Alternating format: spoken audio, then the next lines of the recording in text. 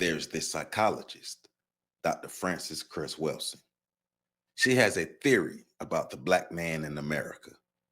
She says that because of the system of racism, the Black man in this country has come to think of himself as a baby, a not yet fully formed being who realizes his full potential.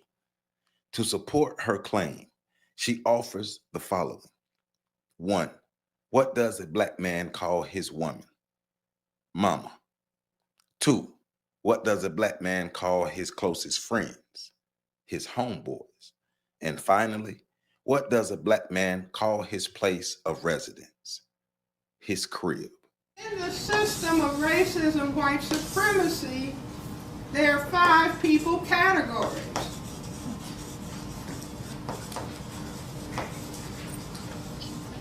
Man, woman, boy, girl, baby. Who is the man? I said, here comes the man, you all. Why are you all so quiet? The man, the white man. The man is the white man. Any other male has 4 choices. Black men fought historically, don't call me no boy. Is that right? The white supremacists say, okay, you got 3 choices. Woman, girl, or baby. It used to be that woman and girl were out. Baby was in. How many black ladies have called a black man that they are highly familiar with baby? You all better tell me. See, lying to yourself. How about that?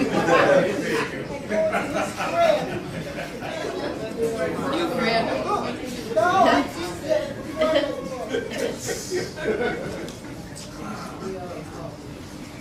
How many gentlemen have called a lady that they're familiar with mama? Hey mama, can I ride with you? Let's get a witness. How many gentlemen have called the place where they sleep a crib? Are you following this? Still do. Man who calls himself baby calls a woman he sleeps with mama. Calls a place where he sleeps a crib. Will call himself what? A motherfucker.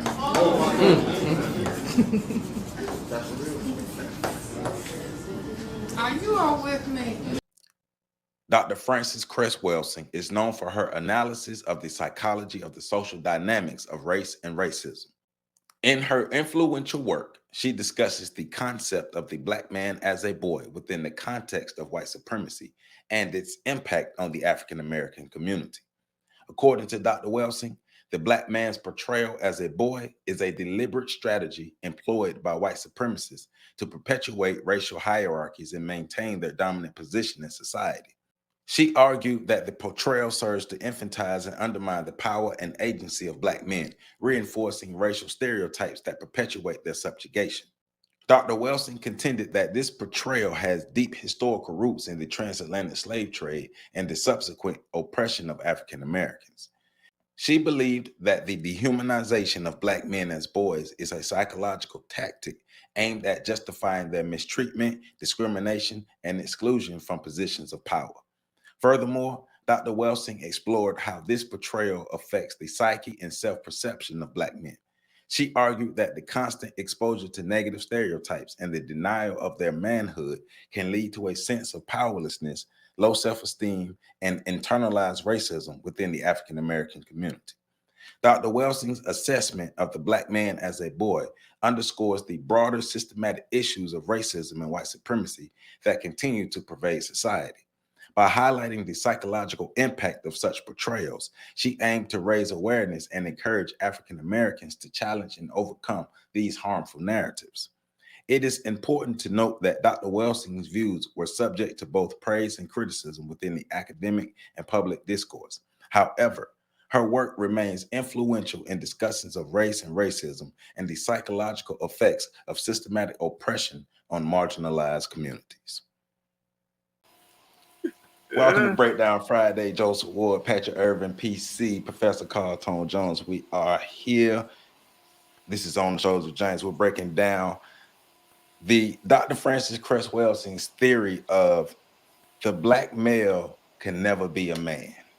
You see in the opening clips, I did my own rendition of the opening scene of Baby Boy. So we will be looking at aspects and characters from that movie, but overall going over what Dr. Welsing was talking about and seeing how that applies to black men today. Are black men today behaving as boys?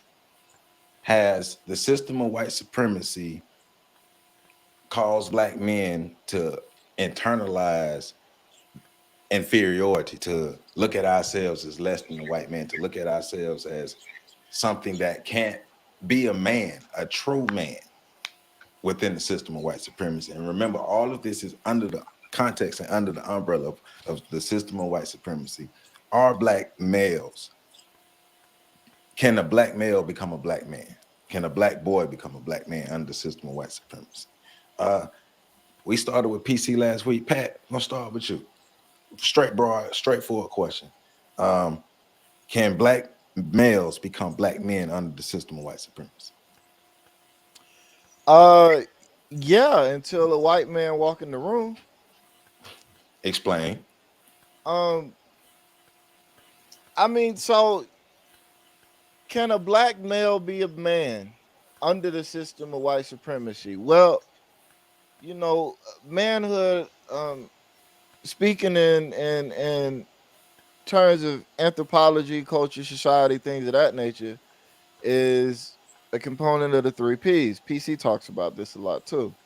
Um, so a black man could fulfill the roles of those three P's, and could garner a level of respect and have a level of authority uh, in a room or in an environment, in a social situation or social setting, and have be viewed as the representative of fully formed masculine energy until a white man walks in the room.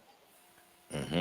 At which point it's not even so much that a black man can't have that space, so much as it's that a lot of black men nowadays would give up that role. They would relinquish it voluntarily and willingly to the white man that walks in that room. Now, again, this depends on the space and the man, but we're speaking in general terms. Um, if you're in a business meeting or something like that, I've seen this happen numerous times where you're in a business meeting or even at a business gathering. Um, and white men who typically dominate those spaces, even if the black men in those spaces are more successful than the white men, they will relinquish a level of authority to the white men entering those spaces. Again, I've seen that happen numerous times. Um, when it comes to academics or in intellectual pursuits, um, even in terms of creative pursuits, when we look at how we'll relinquish creative control for somebody that has more business acumen, and I'm trying to generalize the sentiment that's involved in sports and entertainment, music, and stuff like that, how a lot of us will defer to white managers or white corporations that own entertainment industries, like the music companies or the production companies or blah blah blah blah blah. So can a black man be a man under the system of white supremacy? Yes, until a white man enters the room. Mm-hmm. But can a black Mm-hmm. man be a man in the black community regardless? Yes. I think that's a yes too. Go ahead. So we're talking about hierarchies, Yes. because the only way a black man will lose his place as a man in the room when a white man comes in is everybody has to already know and understand that white men are the man. It's understood. Right. And I it's mean, understood. yeah. Go ahead. No, I was gonna say, I mean, it's a part of that black tax slash white credit we talked about last week. That applies to everything, including the hierarchy of where you're positioned in a room full of people. Um, if if a white person walks in the room, they're already giving credit just for being in the room. A black person that's in that room has to prove that they deserve to be there. A white person sitting at the table is a credit to everybody else at the table automatically. A black person at that table has to prove that they deserve to be at that table. Otherwise, they are a discredit to themselves and to everybody else at that table. Again, it all ties into me. Gotcha. Gotcha. Gotcha. I mean, I think, like you said, the white credit, more so, I'm talking more so of the white credit than the black tax. White people have, I would say, beat it into us literally and figuratively and mentally, emotionally, psychologically. They've beat their dominance into us. Um, when we have terms, because we have the term, and like Dr. Welsing talked about, if you look at that whole video, she talked about it. We literally call white people the man. It was part of the culture, part of the black exploitation movies and the songs and stuff. Like the white man was literally called the man because it was literally beat into us. We talk about the epigenetics that comes into play in this. We we have the biological memory of being literally physically oppressed, but we also have the memory of being psychologically, mentally, spiritually oppressed by the white man as well. So same to you, PC. Can a black male become a black man under the system of white supremacy? No. Oh, Straightforward. you want me to elaborate? Okay. So, no, because, and this is where the rubber meets the road when it comes to this whole idea about patriarchy and Hmm. why black men are not, can never be patriarchs. This system of patriarchy only allows for one group of men to be established as the masculine friend, to be established as the men of said tribe, of said country, of said nation. So this is the white man's nation. The institutions, the system of white supremacy that we currently reside under, there's only room for one man. We can wear his shoes, but as Patrick said, when he walked into the room, we got to get out those shoes because he's going to be wearing them. It's not like he's saying, "Oh, you have a pair of shoes and I'm going to wear some too." No, Negro, get out of my damn shoes. You know your place, you know your role, and we do acquiesce to white folk. We're not even just white men, white women too, because they share in that patriarchal power over us. And you know, I always jot down a few things. So, just for instance, when you want to talk about being a man and being men, that means you have to declare that.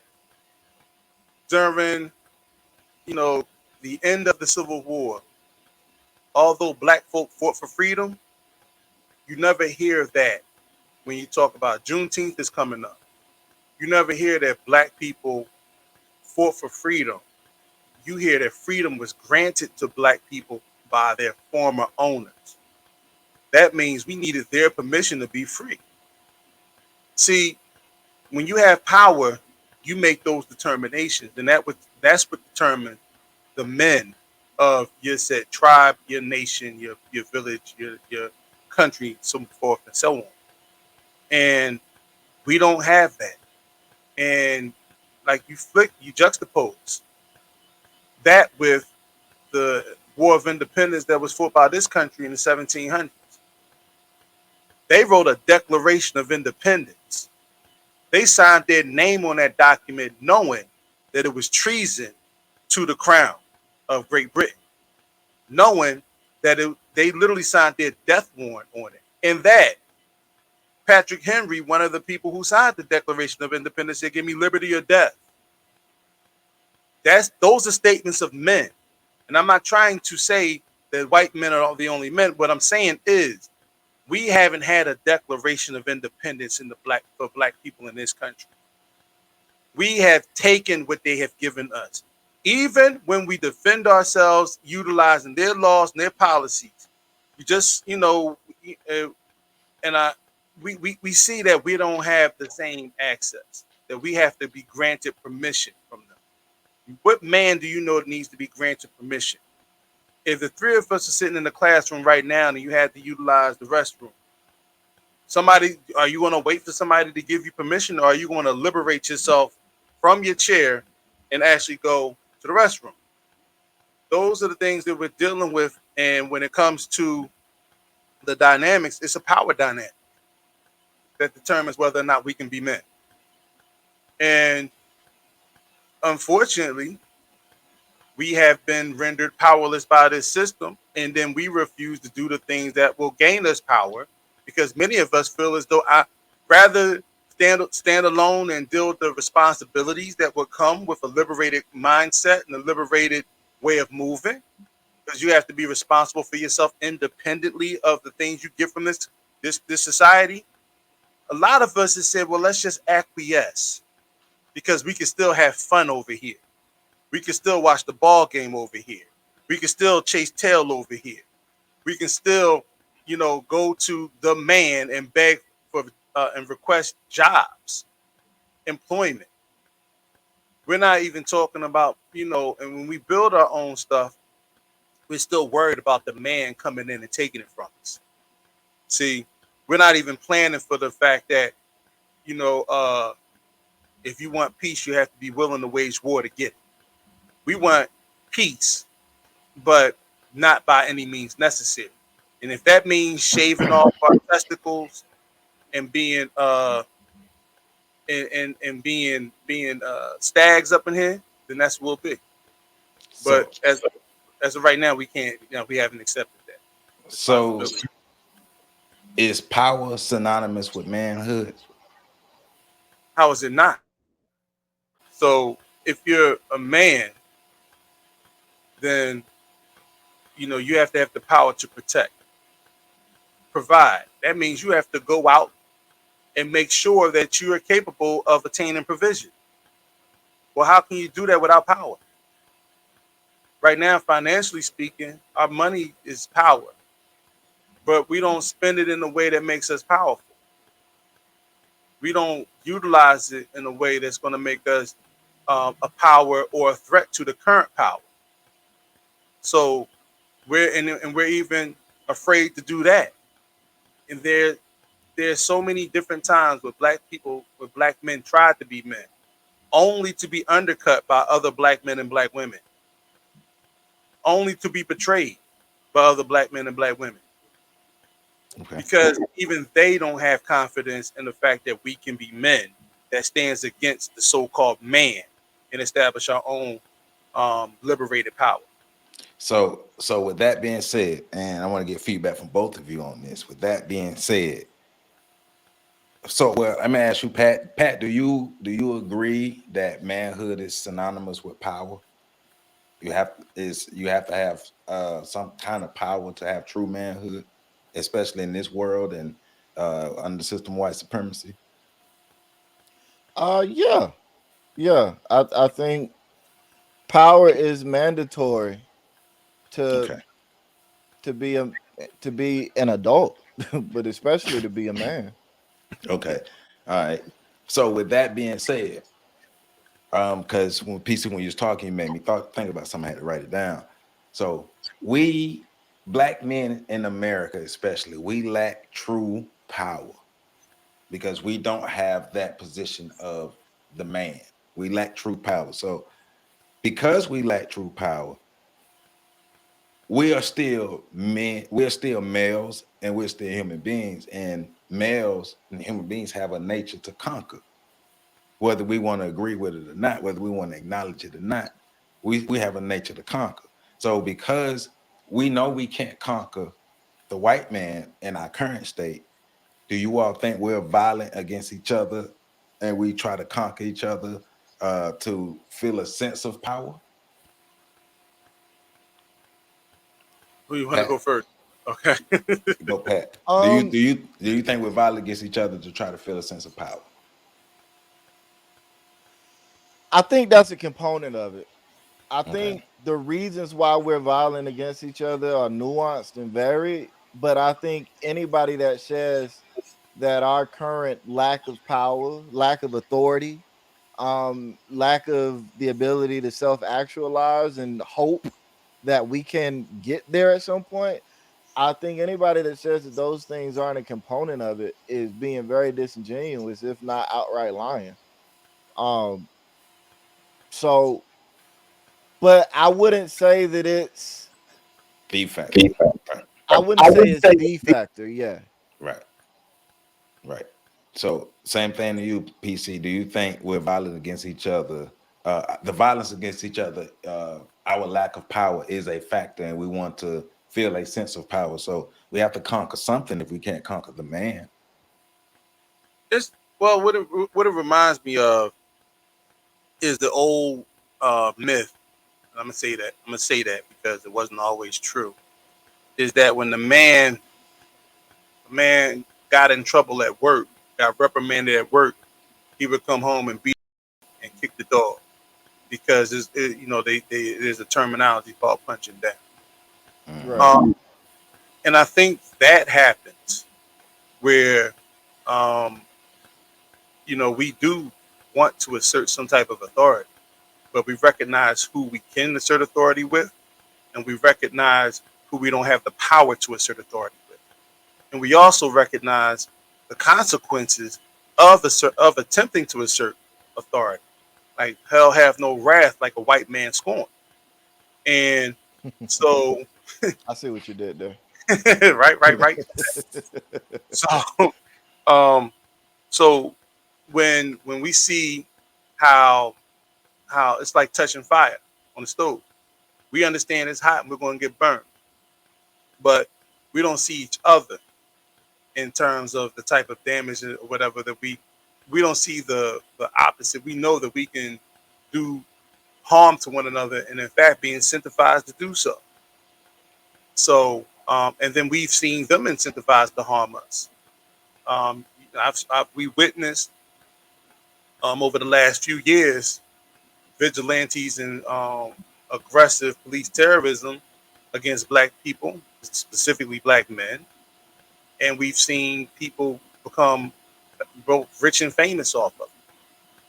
So, and the example is set, and we don't want to incur their wrath because we know they're relentless, and we've seen what they do. They have a scorched earth policy, both figuratively and literally, when it comes to handing out consequences to us. And we don't know if we're ready to do that, and we haven't even done the work of aligning ourselves with other power brokers to make sure that somebody has our back in case they do. So, Yeah, we got to become a power broker. So if I, because I'm be honest, if I was other people, I wouldn't even rock with Black America until you get your stuff together, because you wouldn't be a strong ally. I agree with Well, that wholeheartedly. Good. and to be clear, they don't, and this is one of the reasons why I always emphasize that we got to take care of home, because you can't be a good ally to somebody else if you don't bring anything to the proverbial table. You know what I'm Right. saying? We operate as a community as if we are the table. Um, Right. I But tried it but too, but PCs was better. yeah. But so, and I bring up that lack of power and it being a factor to us being violent to ourselves. It made me think about the gang banging that is glorified in our community, the drug dealing and all these things here. The hardest gangsters that we all know won't bang in white people communities won't bang on the right. They might bang on like some little low hanging fruit white people, but they won't really bang on white folk like that. Like they'll bang on us all day. Like we'll do that to each other all day. But everybody understands that they won't take that to the white places. And Well, because, like you said, because of the scorched earth response that will come from that, because they will retaliate. We know everybody, even other black people know we won't retaliate. So we will bang on ourselves, but we won't take that into other people. So that's why other men from other cultures and other nations don't look at us as grown men. They look at us as little boys. They don't respect what we do because we won't bring the fight to the real enemy, but we'll bring it to ourselves. But that's the inferiority complex and the understanding that if we do this to these people, it's going to be real consequences. well, I think what drives a lot of that is immaturity and arrested development. You know what I'm saying? Like kids punch down. Exactly. I'm Chris Paul and I. Children. I'm sorry. I'm Chris Paul and I. Go ahead. I'm sorry. No, no, you good. uh, children, because children don't have the ability to create a plan and the discipline to follow it that would entail them taking down the superior force. Yep. That's an adult activity. And you see that in a lot of places filled with poverty. One of the things that people don't like to talk about is that there is a lot of slow cognitive development when you remove resources from the equation, when you're operating from a position of lack. And in the community, a lot of these thugs, these gangsters, these whatever, the quote unquote bad element that represents less than 1% of Black America, these are people that are essentially overdeveloped children. Right. They are children in grown up bodies. Um, and you see that in any community that's lacking resources, which is why I say I don't necessarily think I do think that the lack of authority or the lack of power is a component of what we deal with, but I don't think it's the Right. component because you see it no matter what, even amongst communities that have power as a group, as an aggregate. If you look at the segments of those communities that are impoverished, you're going to see an uptick in violence. You're going to see an Yeah. uptick in those types of behaviors. So Yeah. I think I think. All right, go ahead. Now, I'm gonna because say I that for just later. to build off that, I think that it's necessary for those behaviors to exist for the system of white supremacy to continue to maintain itself, to be able to refine itself over the years. You can't have the people that you oppress actually getting their stuff together. So you put them in bad situations and watch it get worse. But being that we're in this situation now, it's our job to solve this puzzle that we don't have the rules to, but we have no choice but to solve this puzzle because the white supremacists are not going to solve this puzzle for us because they will be helping us out of our position. So we have to learn how to solve the puzzle, whether we want to or not. But that's true manhood. That's true leadership, being able to lead each other to the answers. So Well, you're right, and it's on record. Even from the collection of black people from the coast of Africa to here, it was always some form of disorganization that was purposeful, disenfranchised. So there would be the separation of families, the auction block where families were destroyed, languages were destroyed, communication were destroyed. Uh, it was always planned because America was never designed for black people to flourish. We were always supposed to be bottom feeders here. We were always supposed to be useless eaters or workers here. We were always supposed to be the labor force that helped build up this economy, build up this power, but the money would never trickle down to us. That was their design. That's why this is white supremacy. The whole concept of race was developed to establish the institution of white supremacy. America was created to create an empire that would empower the institution of white supremacy.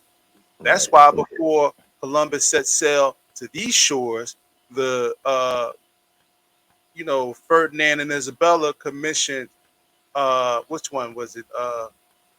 Leonardo da Vinci to put together that picture of the Last Supper. You know, that was actually them extinguishing or removing the African Moors who were then in Spain in 1474 upon 1472, excuse me, upon Columbus's maiden voyage to these parts of the world in 1690, excuse me, 1492. So I'm getting my dates mixed up. But um, you know, it creates the type of environment we're in. I don't know if you want to jump in right there, Joe. I forgot what I was gonna say anyway. My bad. But That's good. so so when we start talking about the power dynamic, we can look at the world. This is one time we can look at the world of entertainers. When Me black too. celebrities, specifically music stars or sports stars, television stars, even when they go to different parts of this country, it is already understood that they have to check in with local, Games. organized, yeah, local gangs, right? So Philip Scott from the African Diaspora Network, he did a review to an interview that Ice T did. Ice T was talking about how he has to check in when he gets back home. He lived and the, and in the process of checking in, he has to, it was brought up that none of the white entertainers who come to those same areas have to check in with these gangs. Why is Say it that? again. None of the Say it white again. basketball, none of the white entertainers have to check in. So I can't respect you being hood and you being this, that, and the other when you only do it because you know you can get away with doing it with me. That makes you a bully and it makes you a coward. But then that's what they've reduced us to being, cowards and predators of our own. So we cannibalize our own because we're afraid to eat where they eat. The song from the baby boy, like the movie, some of the that I can remember, I think it said, "You just a baby boy. You are not the real McCoy." The Mm-hmm. psychology behind that, because you're not the real man, because the white man is the real man. That's what Dr. Welsing is getting at. And But we hear those arguments used against us even to this day from our own women. speaking of celebrities, speaking of baby boy, Tyrese. Let's look at the character Jody, but let's also look at what we can see from him in real life. The things that's being displayed in real life, how he's moving, how he's acting, the choices that he's making. They're not manly choices. It's not fully manly behavior. You're being in your real life, you're being embarrassed on the internet by the women that you choose to bring into your life because you're not making the best choice of the woman that you're supposed to have in your life, because there's some inadequacy in the way that you choose women. Mm-hmm. Look at it the behavior is not that much far removed from Jody. Jody was a literal little boy. A literal little boy. Jody was a little boy. His homeboy P was a little boy. Snoop's character Rodney was a little boy. Even Melvin. They were four different versions of little boys. Melvin was just a grown, old ass little boy. But the central character, Jody, and basically what the way it was portrayed, the system of white supremacy created these environments that put these black males in, and these black males were never fully developed. Like let's say a the black male will be a not yet fully formed being who realizes his full potential. And knowing what I know about Dr. Wilson, she's talking about the full potential of being able to get rid of the system of white supremacy. Yeah, being men that stood the tide. But I think you drew on something that was really important about the overall theme of that movie. That movie really featured the matrifocal aspects of black society in America, and it also spoke to the fact that every single man in that woman, I mean, excuse me, in that movie, was dependent on the women in that movie to have a place to stay, to have a car to drive, to have a meal to eat. Every one of those men, even Not when yet Jody fully decided, realized. right, even when Jody decided that he was going to, create his own business, it was a Scamming. hustler, it was a scam, and that was seen as a positive, moment. And there was, even Melvin helping out in the garden. Well, it wasn't his garden. It was, I forget the sister's name, but it was her garden. Yeah. Right. When she, even her role, her character, she's the matriarch of the film. What was the most famous line she had? Mama gotta have a life too. And every time she said it, she started dancing. You know, um, the Taraji P. Henson in her role, she was basically sucking her thumb the whole movie. You So know what's go ahead.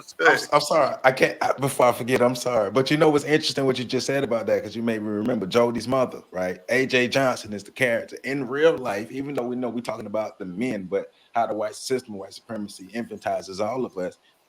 When she turned 50, she told the world that she had a train ran on her at the age of 50. And ate breakfast the next day. I Yeah, wonder if but they go were ahead.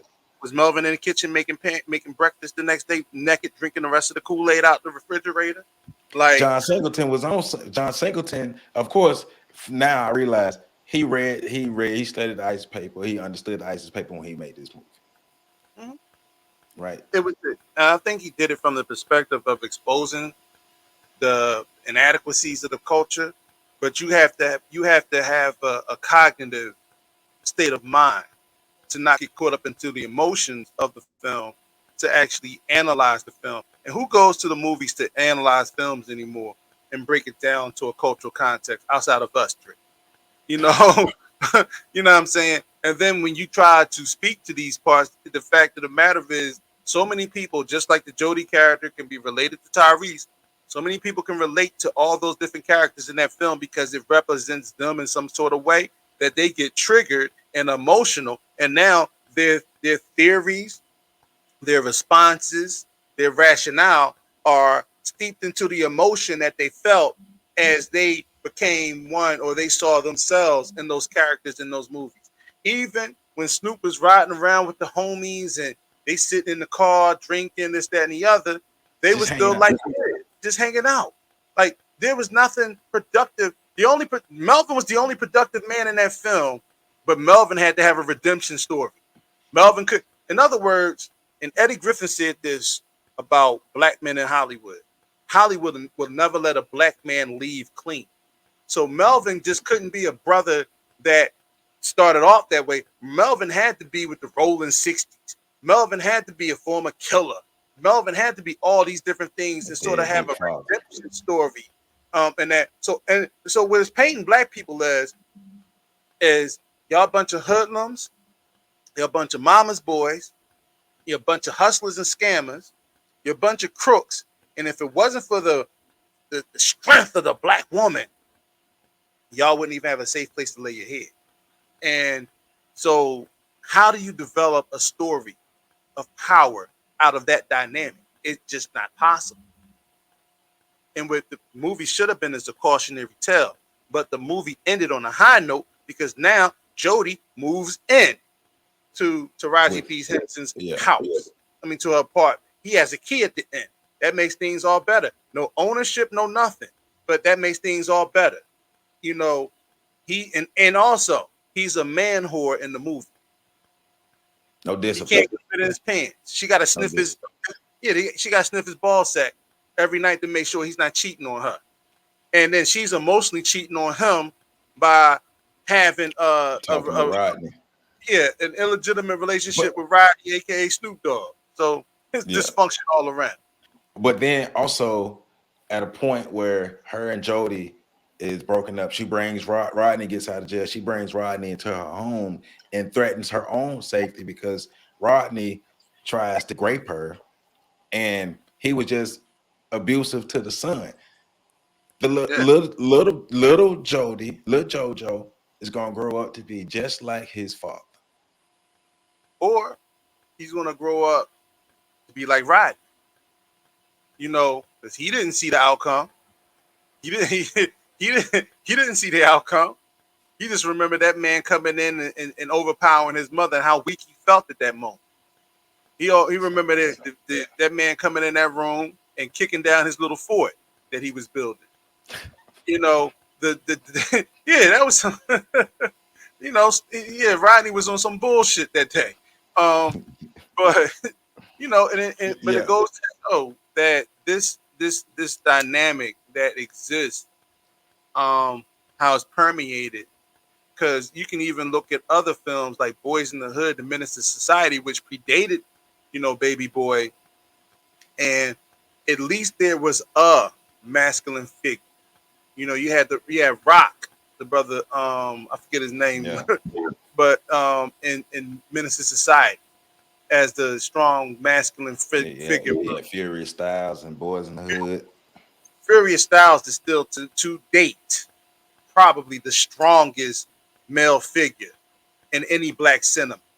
A man who held his own, took his son, and raised his son to have principles. You know what I'm saying? Even fight against the emotion of trying to, avenge a friend of his. What his father poured into him, asked him to get out the car. So okay, all right. So Pat, this way you got come back in. Damn it, you doing my job for me, PC. Emotional, because that's where I was going. The emotional instability, right? Because we have plenty of examples of black men not having the emotional control that we should have, which usually leads to violence. So Pat, come back and jump back in with us. Let's talk about this emotional instability that we got in black men. Why is it so much emotional instability in black men? Because PC just hit on it. He was talking about Furious Styles. Furious Styles put his presence and him talking to his son the way he did in that moment prevented his son from being a part of a murder. You as a father, like, let's speak on it. How you feel about that? I mean, Furious Styles for me is a conflicting character. Because on the one hand, when he's in scene, he's powerful. But on the other hand, his intro into the scene tells you that there's a backstory there that is not what the current story is. And I think it speaks to what PC was talking about earlier with regards to, and my memory of the movie could be off, but I think it does speak to what PC was talking about earlier with regards to what Eddie Griffith said. Um, but in any case, I think one of the things I try to do with all the young men that I deal with is try to get them to understand what it means to be a man. And that's a very difficult thing to do in a community and in a society that has not clearly defined manhood in any positive way. Go ahead, Joe. So, with that being said, I'm gonna ask this specific way. How will we define man, or how would you say you would define manhood under the system of white supremacy? As a black man or just manhood generally? Well, for a black man, Okay, because really I asked that, but really it should be the same regardless. right? Because a man should be a man regardless of the system that he lives in. But I would say, I would define a man as somebody that has the power to provide the three P's without any extra help. So a man Mhm. that can provide, a man that can protect, and my mind just went blank. God damn it. Professed. I thought that was professed. I don't know. What you mean Find, Shit. protect, and procreate. PC, what's the last P? procreate? Right. So, all right. A man that can provide, that can protect, and that can procreate Procreate without without any any extra extra. assistance for himself and for his immediate family members. Now, that's not to say you could take care of the whole community, but if it's just you, can you protect yourself? And protection goes deeper than just, being able to protect yourself from harm. Can you protect your reputation? Can you protect your image? Can you protect your morals, your values? Can you protect the beliefs that you have and the views that you have? You know what I'm saying? Can you protect yourself emotionally, physically, spiritually, and physically, and economically, and socially? Um, can you do that? You know what I'm saying? Can you provide for yourself? And provision is so much deeper than just bringing home the bacon, which is what it's been narrowed down to. um you know what I'm saying? Can you feed yourself? Yes. Can you drink? Can you clothe? But also, can you provide for yourself intellectually, emotionally? Can you provide for yourself socially? Like, we got to account for all these things, because all of these things are human needs. Human needs is, if you solely give somebody the ability to eat and drink and go to sleep with no other needs met, that person is not going to make it. So can you do all of those other things? And then can you procreate? And we don't mean grape. Can you willingly and consensually engage in procreative activities with another person Responsibly. responsibly? And that brings another dynamic into it, where now we are talking about emotional control again. We're talking about dick discipline. We're talking about being able to provide and protect and all of these things for a woman now, and then for a child. All of those, because if you can't do all of those things for a woman and a child, then you can't procreate responsibly. So you can't procreate. So you're not a man. So I think if we take those three P's and really boil them down, now the characteristics that come into doing those things, I think those are culturally based and up for discussion. And they do have a lot of impact, especially on the procreation piece, because the procreation piece touches on so many other different aspects of human behavior.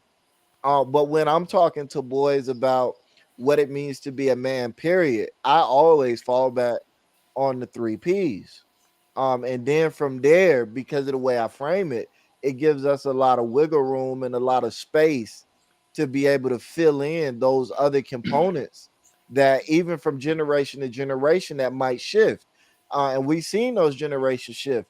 The our grandmothers, what they were looking for in a man and what they expected of a man, and our grandfathers, what they expected of their friends that were called men. These young boys nowadays, they don't provide hardly none of that.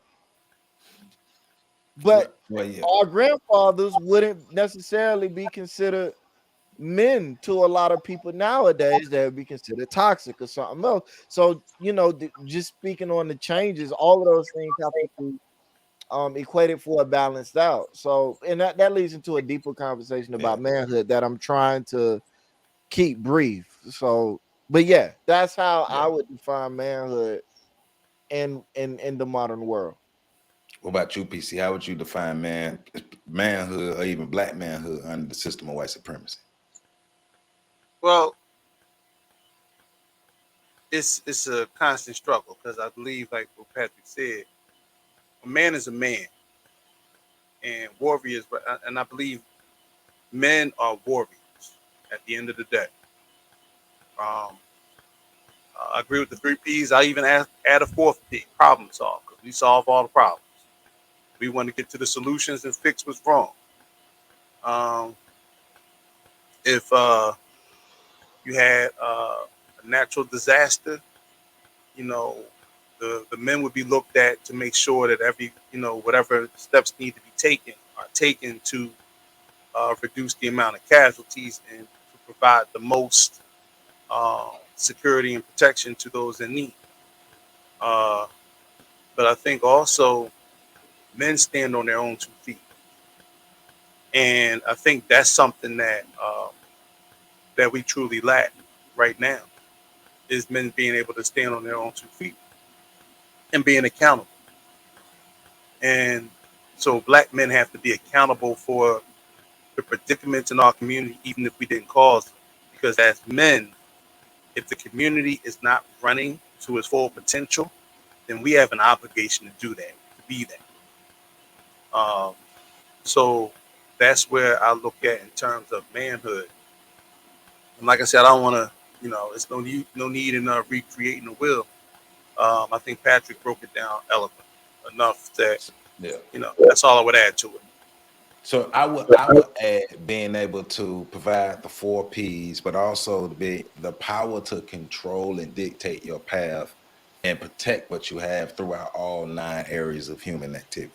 And I think that's basically what Pat was getting at, but I'm just saying it like that. Being able to provide, protect, procreate, problem solve, um, having the power to dictate your path, having the power to protect yourself, having the power to self-actualize and create what you need for you, yourself, and your people throughout all 9 areas of human activity.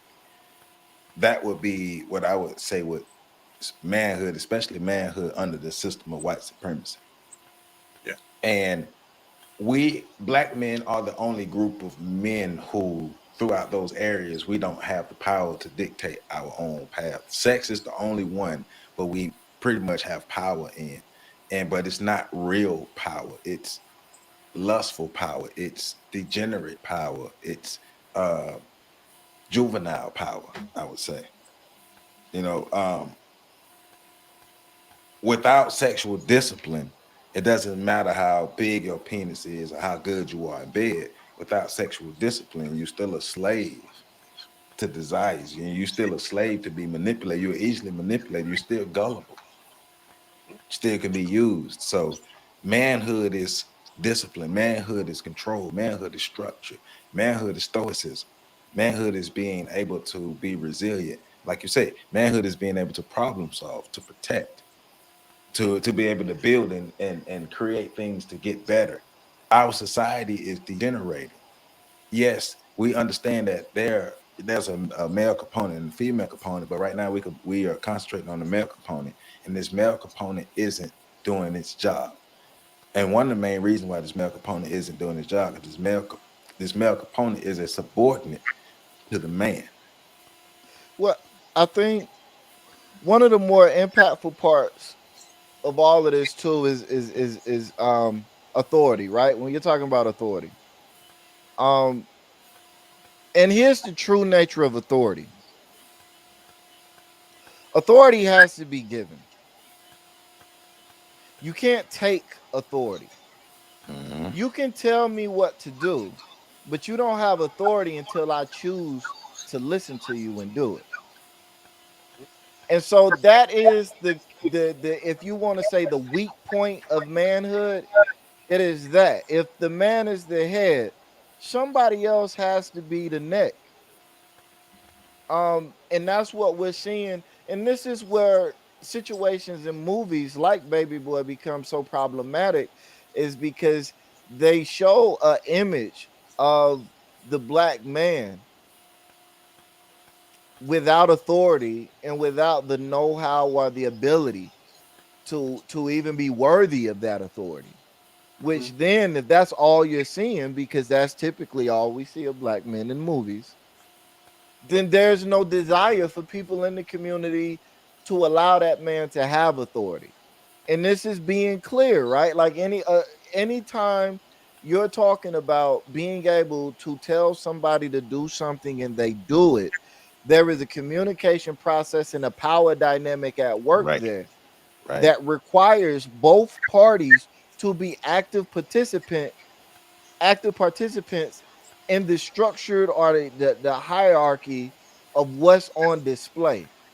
So black men need the community to allow us to have the authority to be the type of men that we need to be for the community. And that's where we run into this conundrum. That's where we run into this problem. And so a lot of black men, I think, have taken to, well, if I can't get the authority by being good, then I know I can get the authority by being bad. You Yeah. know what I'm saying? I think, and there's a lot of credence to that. The majority of black men are not that way, absolutely not. But the black men that are looked up to, that are celebrated, that are role modeled, that are idolized, the black men that everybody seems to want to be like and be around, a disproportionate amount of them seem to either be of that type or be pretending to be of that type. Yeah. It's incentivized. Right. It, yeah. I mean, but you're right. Like the gangsters. Like I'm not gonna say no names, but gangsters have been locked up for years. Where they're gangsters and drug dealers, but because they passed out turkeys or because they helped Miss Johnson. They paid Miss Johnson. Hey, that's cool for Miss Johnson. Miss Johnson, they paid your rent with dope money. They gave y'all those turkeys with dope money. They gave y'all all that stuff was brought with the money that was tearing down the same community it came from. Those are not men and those are not people to be celebrated. And we keep doing it. We keep romanticizing and celebrating the worst parts of our culture. Like I was, I was driving earlier and I was just thinking about they try to make trap like trap music, but they when you have trap yoga, if that's Right. not the biggest oxymoron I've never ever heard in my life, something ultra destructive versus something that's supposed to bring you peace and balance. How the hell did they go together? But in Right. our society, that's Trap. totally turned. You know what I'm saying? That society's turned upside down because the men who sold dope in our community, the culture that they created, the music that was created out of that, and the men and the women, but the men popularized it. This is the stuff that we're going to celebrate in our culture because this is real black culture. Well, see, but let's take that apart about the incentivization, or whatever. Nah, Yeah, I already screwed incentivized. words up.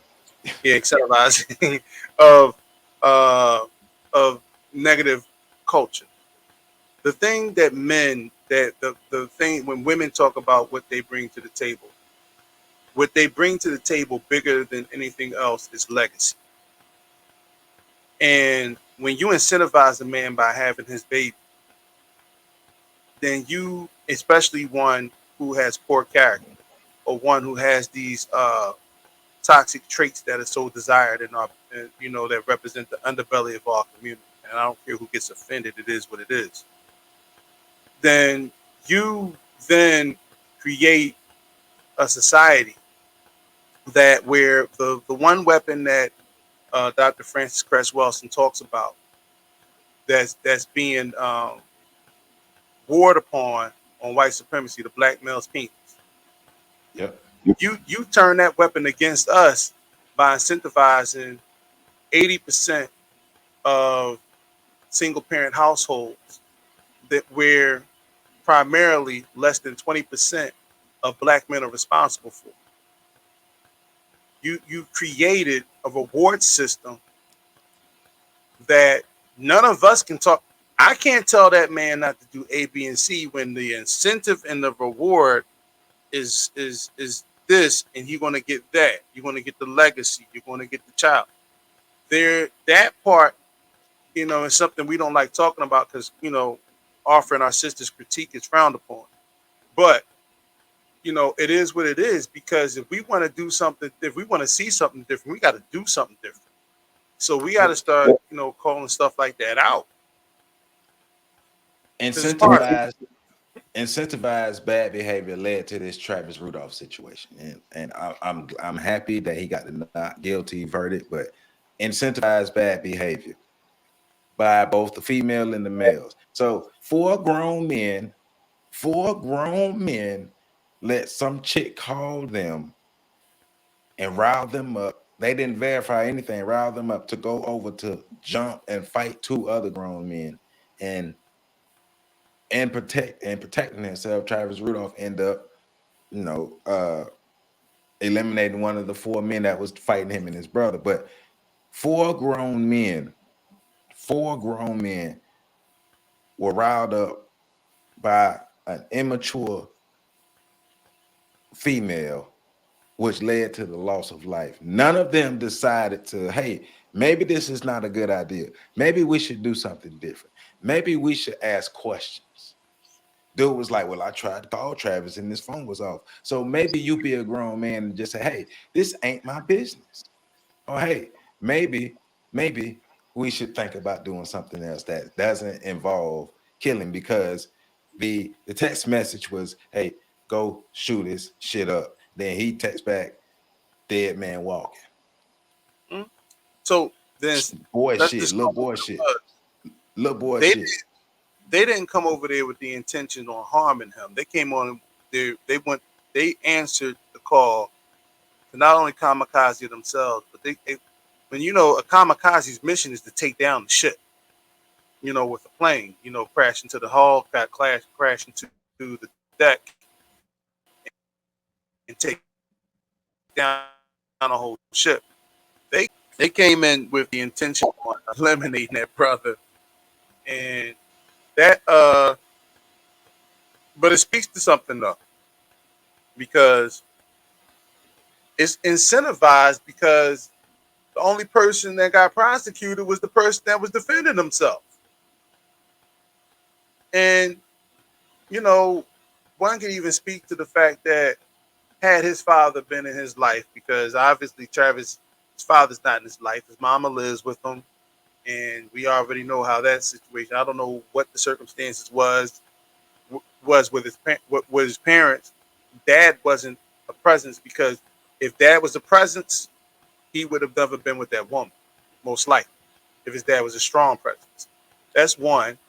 Two, um, the response by the brother and his friends.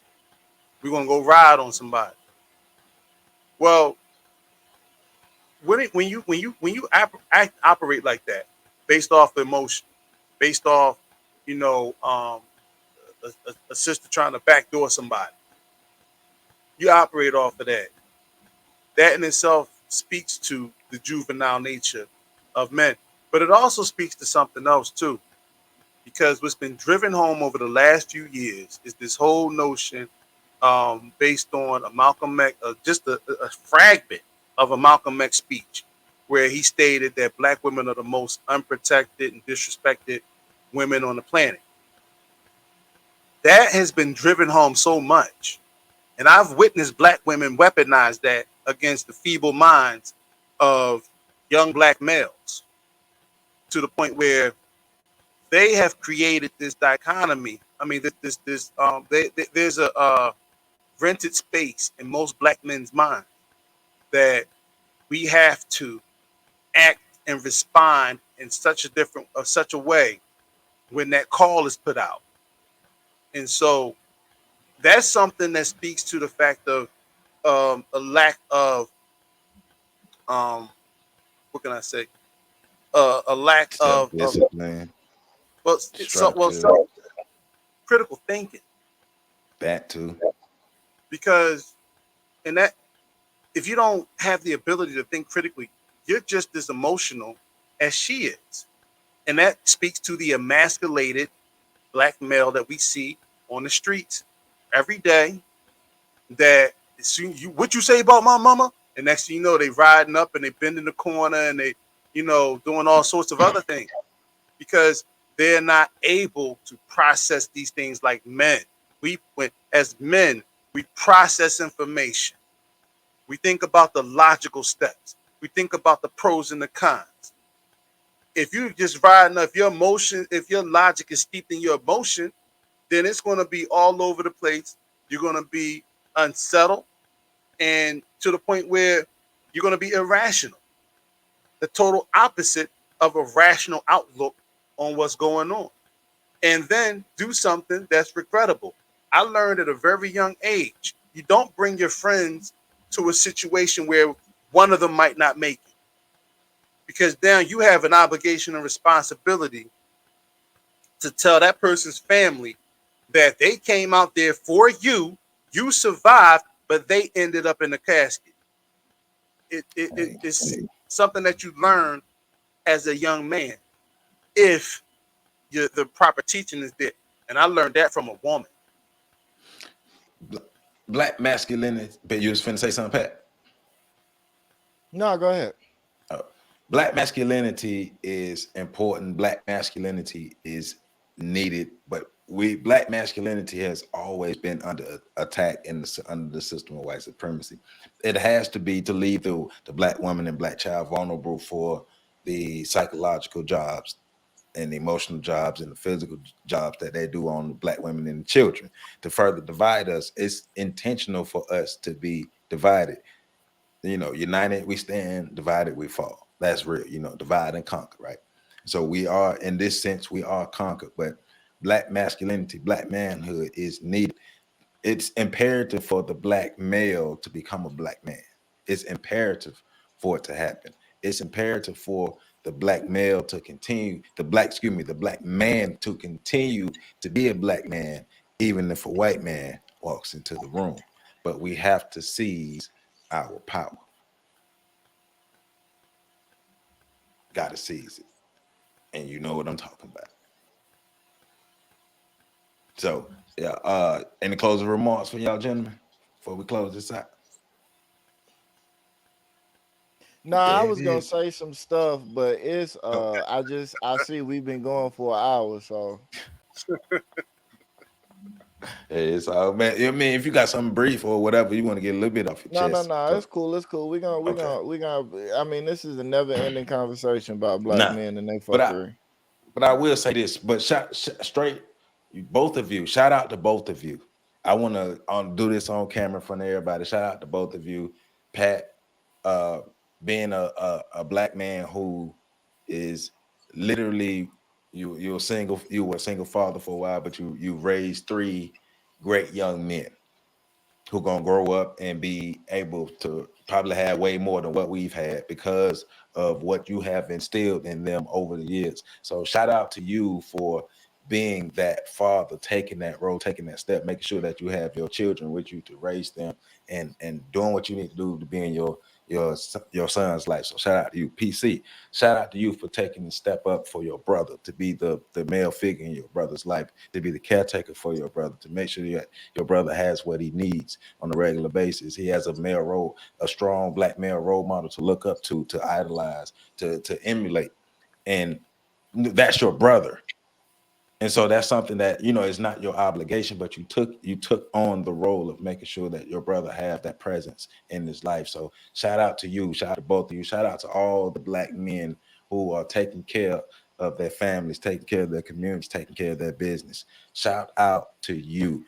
We need to be recognized more. We need to be seen more. We need to talk about more of the positive things that black men are doing. Of course, this show we were analyzing the psychology behind what makes black men operate the way they are and how we're seen as within the world, especially under the system of white supremacy. But all black men are not bad. All black men are not messed up, and we know too many black men who are not. So shout out to all the black men who are doing what they need to do to help push our community forward to get to where we need to go to be able to break down the system of white supremacy. Shout out to you all. Shout out to my daddy. Before I close it out, shout out to my daddy. One time for you. He gonna come around and cut my grass in a couple of days. So I appreciate it too. Hey man, Joseph Ward, Patrick Irvin, Professor Carl Tone Jones. This is on the shoulders of James. See the website scrolling at the bottom. You can all the links to support me are in the description. FetLifeStation.com, 7 p.m. FetLifeStation.com, 7 p.m. FetLifeStation.com, 7 p.m. If you don't know, now you know we out.